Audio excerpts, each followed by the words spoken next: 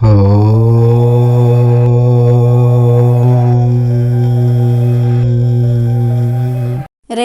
23 అతిపెద్ద అమావాస్య, శ్రావణ అమావాస్య. దీనికే పోలాల అమావాస్య అని పేరు. ఈ అమావాస్య శనివారంతో కలిసి వచ్చింది కనుక దీనినే శని అమావాస్య అని కూడా పిలుస్తారు. అయితే ఈ అమావాస్య రోజున మీరు ఈ చెట్టును తాకితే మీ దరిద్రమంతా కూడా పోతుంది, వద్దన్న ధనం వెతుక్కుంటూ వస్తుంది. ఈ అమావాస్య రోజున ఈ చెట్టును తాకితే మీరు తెలిసి తెలియక చేసిన తప్పులన్నీ కూడా తొలగిపోతాయి. మీ పాపాలన్నీ కూడా తొలగిపోయి పుణ్యం వస్తుంది. ఈ భూమిపై చాలా రకాల మొక్కలు ఉన్నాయి. ముఖ్యంగా మన దేశంలో ప్రతి దానిలో దైవాన్ని చూస్తారు. మొక్కలు చెట్లల్లో ఉండే పాజిటివ్ ఎనర్జీని దైవ రూపంలో భావిస్తాము. వాటికి పూజలు చేస్తూ ఉంటాము. కొన్ని చెట్లు చాలా శక్తిని కలిగి ఉంటాయి. ఇవి మీలోని నెగిటివ్ ఎనర్జీని లాగేసుకొని మీకు అపార శక్తిని ఇస్తాయి.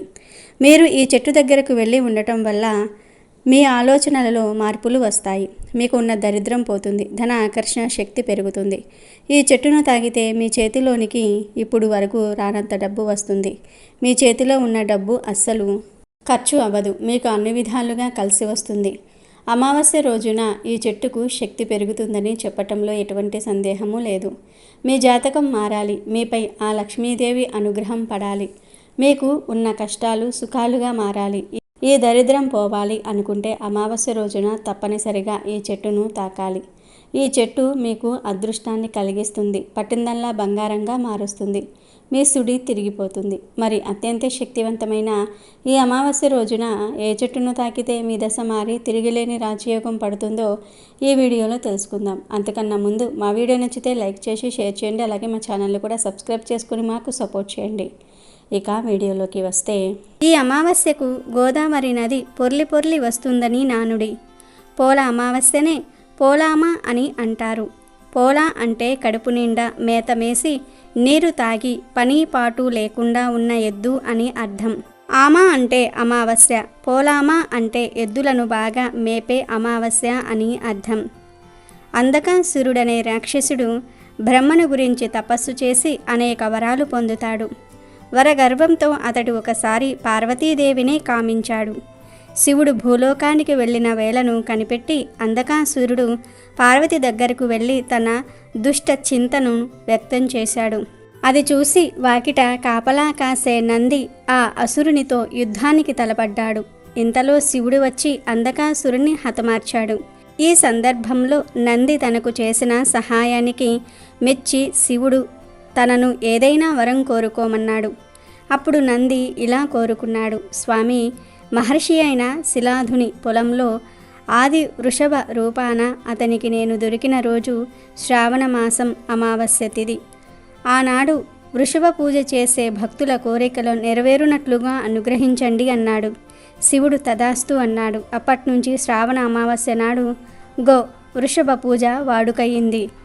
ఈ పూజ తెలుగు రాష్ట్రాలలో అక్కడక్కడ మాత్రమే చూస్తాం. ఈ పోలాల అమావాస్య వ్రతాన్ని పిల్లలు కలగాలి అనే సంకల్పంతో చేయవచ్చు. అలాగే పిల్లలు ఉన్నవారు ఆ పిల్లలు క్షేమంగా ఉండాలనే సంకల్పంతో కూడా చేయవచ్చు.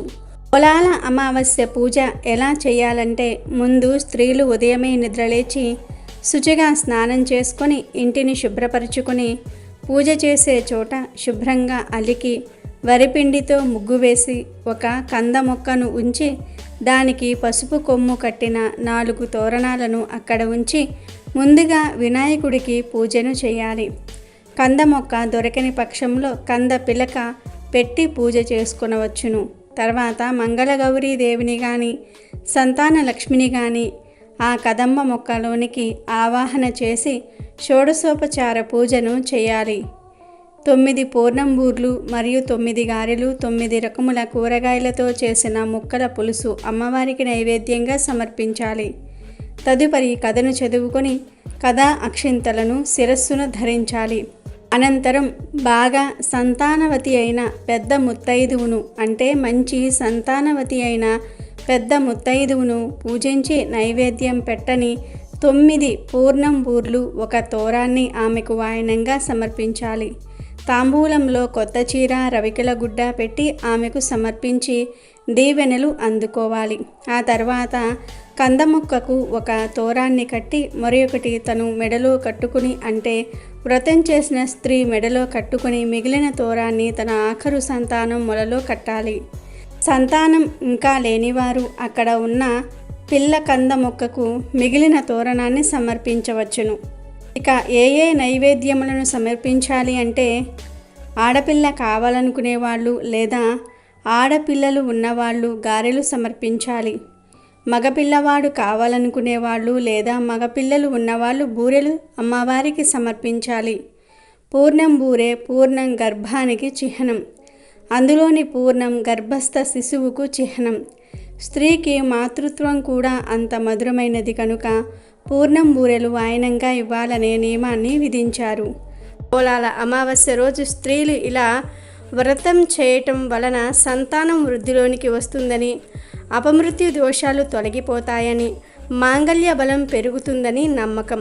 కాబట్టి మీరు కూడా రేపు రాబోతున్న శ్రావణ బహుళ అమావాస్య రోజు మీ పిల్లల కోసం, భర్త కోసం ఈ వ్రతాన్ని ఆచరించి మంచి ఫలితాలను పొందండి. ఇక ఈ శక్తివంతమైన అమావాస్య రోజున మీరు ఏ చెట్టును తాకాలో, ఏ సమయంలో తాకాలో ఇప్పుడు మనం తెలుసుకుందాం. ఈ అమావాస్య రోజున మీరు తాకవలసిన చెట్టు మర్రి చెట్టు. మర్రి చెట్టును హిందూ ధర్మంలో పవిత్రమైన వృక్షంగా పరిగణిస్తారు. దీనిని కల్పవృక్షం లేదా అక్షయ వృక్షం అని కూడా పిలుస్తారు. అంటే కోరికలను తీర్చే, ఎప్పటికీ నాశనం కాని చెట్టు అని అర్థం. వేదకాలం నుండి మర్రి చెట్టుకు ఆధ్యాత్మిక, మతపరమైన ప్రాధాన్యత ఉంది. బ్రహ్మ, విష్ణు, మహేశ్వరులు ఈ చెట్టులో నివసిస్తారని నమ్ముతూ ఉంటారు. త్రిమూర్తులకు ప్రతీకగా మర్రి చెట్టును పూజించటం ద్వారా ధనలాభం, శ్రేయస్సు, దీర్ఘాయువు, ఆరోగ్యం వంటి ప్రయోజనాలు కలుగుతాయని భక్తుల నమ్మకం. మర్రి చెట్టును తాకటం లేదా పూజించటం వల్ల కలిగే ప్రయోజనాలను వివరంగా చూద్దాం. మర్రి చెట్టు వేర్లల్లో బ్రహ్మ, కాండంలో విష్ణువు, కొమ్మలలో శివుడు నివసిస్తారని నమ్మకం. ఈ కారణంగానే దీనిని త్రిమూర్తుల స్వరూపంగా భావించి పూజిస్తారు. సావిత్రి తన భర్త సత్యవాన్ ప్రాణాలను యమధర్మరాజు నుండి తిరిగి పొందేందుకు మర్రి చెట్టు కిందనే ధ్యానం చేసి దీవెనలు పొందిందని పురాణాలు చెప్తూ ఉన్నాయి. అందుకే మరి అమావాస్య రోజున మహిళలు తమ భర్తల దీర్ఘాయువు కోసం మర్రి చెట్టును పూజిస్తూ ఉంటారు. ఈ వ్రతంలో మహిళలు మర్రి చెట్టుకు దారం చుట్టి ప్రదక్షిణలు చేసి తమ భక్తుల దీర్ఘాయువు మరియు కుటుంబ శ్రేయస్సును కోరుకుంటూ ఉంటారు. మర్రి చెట్టును కేవలం పూజించడమే కాకుండా దానిని తాకటం వల్ల కూడా కొన్ని సానుకూల ప్రభావాలు కలుగుతాయని నమ్ముతూ ఉంటారు. మర్రి చెట్టు చుట్టూ సానుకూల శక్తి ప్రవహిస్తుందని ఆధ్యాత్మికవేత్తలు చెప్తూ ఉన్నారు. చెట్టును తాకినప్పుడు లేదా దాని కింద కూర్చున్నప్పుడు ఈ శక్తి మన శరీరంలోనికి ప్రవేశించి మనసును ప్రశాంతపరుస్తుంది. ఇది మానసిక ఒత్తిడిని తగ్గించి ఆధ్యాత్మిక ఆలోచనలను ప్రోత్సహిస్తుంది. మర్రి చెట్టు లక్ష్మీదేవికి ప్రీతికరమైనదిగా భావిస్తారు. ఈ చెట్టును తాకి ధనలాభం కోసం ప్రార్థించటం వల్ల ఆర్థిక సమస్యలు తొలగిపోతాయి, సంపద పెరుగుతుందని నమ్మకం. వ్యాపారంలో నష్టాలు ఎదుర్కొంటున్న వారు మర్రి చెట్టును పూజించటం ద్వారా లాభాలు పొందుతారని చెప్తూ ఉంటారు. ఆర్థిక సంక్షోభంలో ఉన్నవారు మర్రి చెట్టు ఆకులను తమ పర్సులో లేదా బీరువాలో ఉంచుకుంటే ధనాకర్షణ జరుగుతుందని కొన్ని నమ్మకాలు కూడా ఉన్నాయి. మర్రి చెట్టుకు అనేక ఔషధ గుణాలు కూడా ఉన్నాయి. దీన్ని బెరడు, ఆకులు, పాలు ఆయుర్వేదంలో వివిధ వ్యాధుల చికిత్సకు ఉపయోగిస్తూ ఉంటారు. మర్రి చెట్టు కింద కూర్చుంటే స్వచ్ఛమైన ఆక్సిజన్ లభించి శ్వాసకోశ సమస్యలు తగ్గుతాయని అంటారు. శారీరక, మానసిక ఆరోగ్యం మెరుగుపడడానికి ఇది పరోక్షకంగా దోహదపడుతుంది. తద్వారా పనులపై దృష్టి సారించి ధనార్జన మార్గాలను అన్వేషించవచ్చు. మర్రి చెట్టును కల్పవృక్షంగా భావిస్తారు కాబట్టి దానిని తాకి మనసులో కోరికలు కోరుకుంటే అవి నెరవేరుతాయని భక్తుల విశ్వాసం. ముఖ్యంగా ఉద్యోగము, వివాహము, సంతానం వంటి విషయాల్లో ఆటంకాలు ఉన్నవారు మర్రి చెట్టును పూజించటం ద్వారా ప్రయోజనం పొందుతారు. కొన్ని గ్రహదోషాలు, ముఖ్యంగా శని మరియు రాహుకేతువుల ప్రతికూల ప్రభావాలను తగ్గించడానికి మర్రి చెట్టును పూజిస్తారు. దీనిని తాకినప్పుడు ఈ గ్రహాల అశుభ ప్రభావాలు తగ్గి శుభ ఫలితాలు కలుగుతాయని నమ్మకం. మర్రి చెట్టు చుట్టూ 108 సార్లు ప్రదక్షిణలు చేయడం శుభప్రదం. ప్రదక్షిణలు చేసేటప్పుడు ఓం నమో భగవతే వాసుదేవాయ లేదా ఓం నమః శివాయ వంటి మంత్రాలను జపించవచ్చు. ఇది మనసును ఏకాగ్రం చేసి సానుకూల శక్తిని ఆకర్షిస్తుంది. మహిళలు తమ భర్తల క్షేమం కోసం మర్రి చెట్టుకు పసుపు, కుంకుమ, గంధము రాసి తెలుపు లేదా ఎరుపు రంగు దారాన్ని చుడతారు. ఇది బంధాలను బలపరుస్తుందని నమ్ముతూ ఉంటారు. మర్రి చెట్టు కింద దీపం వెలిగించటం వల్ల చీకటి శక్తులు తొలగిపోయి సానుకూల వాతావరణం ఏర్పడుతుంది. మర్రి చెట్టు కింద పేదలకు అన్నదానం చేయటం లేదా పక్షులకు గింజలు వేయటం మంచిది. ఇది పుణ్యాన్ని, సకల శుభాలను చేకూరుస్తుంది. మర్రి చెట్టును తాకేటప్పుడు లేదా పూజించేటప్పుడు పూర్తి భక్తి శ్రద్ధలతో చేయాలి. మర్రి చెట్టు హిందూ సంస్కృతిలో ఒక జీవన మూలం, జ్ఞానం మరియు ఆధ్యాత్మికతకు ప్రతీక. దానిని తాకటం, పూజించటం ద్వారా కేవలం ధనపరమైన లాభాలు మాత్రమే కాకుండా మానసిక ప్రశాంతత, ఆధ్యాత్మిక ఉన్నతి, ఆరోగ్య ప్రయోజనాలు కూడా కలుగుతాయి. ఈ నమ్మకాలు మన సంస్కృతిలో భాగం మరియు వాటిని పాటించటం ద్వారా సానుకూల ఫలితాలు కూడా పొందవచ్చు. కాబట్టి ప్రతి ఒక్కరూ ఈ అమావాస్య రోజున ఈ చెట్టును తాకి శుభ ఫలితాలను పొందండి. అయితే ఈ శ్రావణ అమావాస్య రోజు మీరు ఏమి చేసినా చేయకపోయినా సరే కాకి కనిపిస్తే ఈ మాట అనండి చాలు, మీ జీవితం అద్భుతంగా మారిపోతుంది. లక్షలు కాదు కోట్లు వచ్చి పడతాయి. లక్ష్మీదేవి అనుగ్రహం కలుగుతుంది. సకల సంపదలు సిద్ధిస్తాయి అని శాస్త్ర పండితులు చెప్తూ ఉన్నారు. మరి ఇంతకీ శ్రావణ అమావాస్య రోజు కాకి కనిపిస్తే ఏం చేయాలి అనే విషయాన్ని ఇప్పుడు మనం ఈ వీడియోలో చాలా వివరంగా తెలుసుకుందాం. భారతీయ సాంప్రదాయం ప్రకారం కాకికి ఎన్నో ప్రత్యేకతలు ఉన్నాయి. ఇంట్లో ఎవరైనా కాలం చేస్తే 3వ రోజు నుంచి 10వ రోజు వరకు కాకులకు పిండం పెడుతూ ఉంటాం. మరణించిన వారు కాకి రూపంలో కుటుంబ సభ్యులు పెట్టిన ఆహారాన్ని తినడానికి వస్తారని మన నమ్మకం. కాకులు అది తినకపోతే చనిపోయిన వారు సంతృప్తి చెందలేదా అని సందేహపడతాం. కాకి దీర్ఘకాలం జీవిస్తుంది. కాకి ఒక కన్ను, పితృదేవతలకు నివాసం అని చెప్తూ ఉంటారు పండితులు. అందుకే పిండ ప్రధాన సమయంలో కాకి చూసిందంటేనే పితృదేవతల అనుగ్రహం లభించిందని భావిస్తారు. ఇక తినటం, తినకపోవటం దాని ఇష్టం. కాకికి పిండం పెట్టడం వెనుక ఒక పురాణ కథ ప్రచారంలో ఉంది. రామాయణంలో రాక్షసోత్తముడు రావణాసురుడు ఈ కథకు మూలమయ్యాడు. ఆయన దేవలోకాన్ని జయించారు. నవగ్రహాలన్నీ తన ఆధీనం చేసుకోవాలనుకున్నారు. గ్రహాలన్నీ అదుపు చేయగలిగితే వాటి గతుల వల్ల ఏర్పడే ఇబ్బందులు జ్యోతిష్య శాస్త్రరీత్యా ఉండవు కదా. ఇంద్రజిత్ జన్మ సమయంలో అలా వారిని అవసరమైన స్థానాలలో బంధించగా శనీశ్వరుడు తన కాలును జరిపి తన స్థానాన్ని మార్చారు. దాంతో కాలిని కోల్పోయారనే కథ తెలిసిందే కదా. రావణాసురుడు అంతటి గ్రహస్థితులను నిర్దేశించగలిగిన పండితుడు, దేవలోకాన్ని జయించగలిగిన వీరుడు, శివుని జ్యోతిర్లింగాన్ని తీసుకురాగలిగిన భక్తుడు కూడా. అందుకే ఆయన రాక్షసోత్తముడు. సరే, ఇక ఈ వీరుడు తనదాకా వస్తే తన పరిస్థితి ఏంటని ఆలోచించాడు యమధర్మరాజు. ఆయన రావణ బ్రహ్మ నుండి తప్పించుకునే మార్గం కోసం చూస్తూ ఉంటే అక్కడ ఒక కాకి కనిపించింది. ధర్మదేవుడు కాకిని తప్పించుకునే మార్గం చెప్పమని అడిగారు. ఒత్తిడిలో ఎంతటి వారికైనా ఆలోచన నశిస్తుంది కదా. అప్పుడు ఆ కాకి, నువ్వు నాలోకి చేరుకో యమరాజా, నేను నిన్ను తప్పిస్తాను అన్నది. అలా యముడు కాకి రూపంలోనికి మారిపోయి రావణుడి బారి నుండి తప్పించుకున్నారు. తనను రక్షించిందన్న కృతజ్ఞతతో కాకి జాతికి ఒక అపురూపమైన వరాన్ని అనుగ్రహించారు. అదేమిటంటే, ఎవరైతే అమావాస్య నాడు కానీ, మాతాపితరులు, బంధువులు కైవల్యాన్ని పొందిన తిథిలో కానీ, మహాలయ పక్షాలలో కానీ కాకికి ఆహారాన్ని పెడతారో వాళ్ళ బంధువులు నరకంలో ఉన్నప్పటికీ కూడా తృప్తిని, సంతోషాన్ని పొందగలరు అని. ఇక అప్పటి నుండి కాకికి పితృకార్యాలలో పిండాన్ని తమ పితరుల తృప్తి కోసం పెట్టడం ఆచారంగా మారింది. కాకి ఆ పిండాన్ని స్వీకరిస్తే పితరులు సంతృప్తిని పొందారని వారసులు ఆనందిస్తారు. కాకి ఒకవేళ పితృదేవతలకు సమర్పించిన పిండాన్ని ముట్టకపోతే వారి కోరిక తీరకుండా అసంతృప్తితో దేహాన్ని విడిచారని వారసులు విశ్వసిస్తూ ఉంటారు. మొత్తానికి యముడిని తన రూపంలోనికి ఆహ్వానించిన కాకి ధర్మదేవత అయ్యింది. శనిదేవుడికి వాహనమై ప్రసిద్ధిని పొందింది. పితృస్వరూపమై పిండాన్ని ఆరగించి పితృదేవతల సంతృప్తికి కారణమయ్యింది. అందుకే కాకిని తేలికగా చూడకండి. ఉదయం నిద్రలేచిన దగ్గర నుంచి సాయంత్రం చీకటి పడే వరకు కూడా మనకు కాకులు కనిపిస్తూనే ఉంటాయి. మన దైనందిక జీవితాన్ని శాసించగలిగే శక్తి కాకికి ఉంది. కాకి గురించి శకునాలు కూడా ప్రచారంలో ఉన్నాయి. శరీరం రంగు నల్లగా ఉంటే కాకిలా నల్లగా ఉంటారని అంటూ ఉంటారు పెద్దలు. అదే గట్టిగా అరుస్తూ గోల చేస్తూ ఉంటే కాకిలాగా అరుస్తూ ఉన్నావు ఎందుకు అని అంటారు. కాకి తలపై తన్నితే దోషంగా భావిస్తూ ఉంటారు.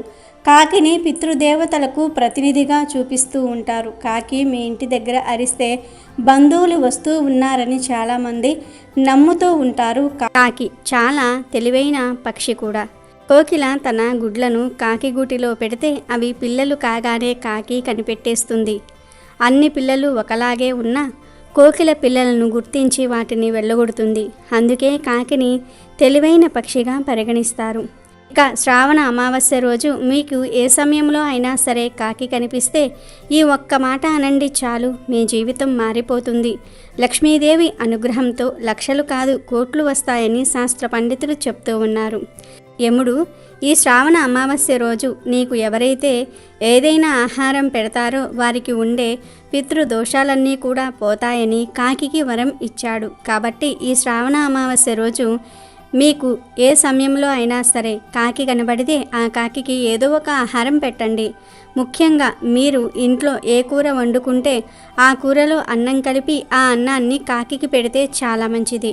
ఎందుకంటే అలా మనం వండుకున్నది పెడితే కాకిని కూడా మన కుటుంబ సభ్యులుగా ఒకరిగా భావించినట్లు అవుతుంది.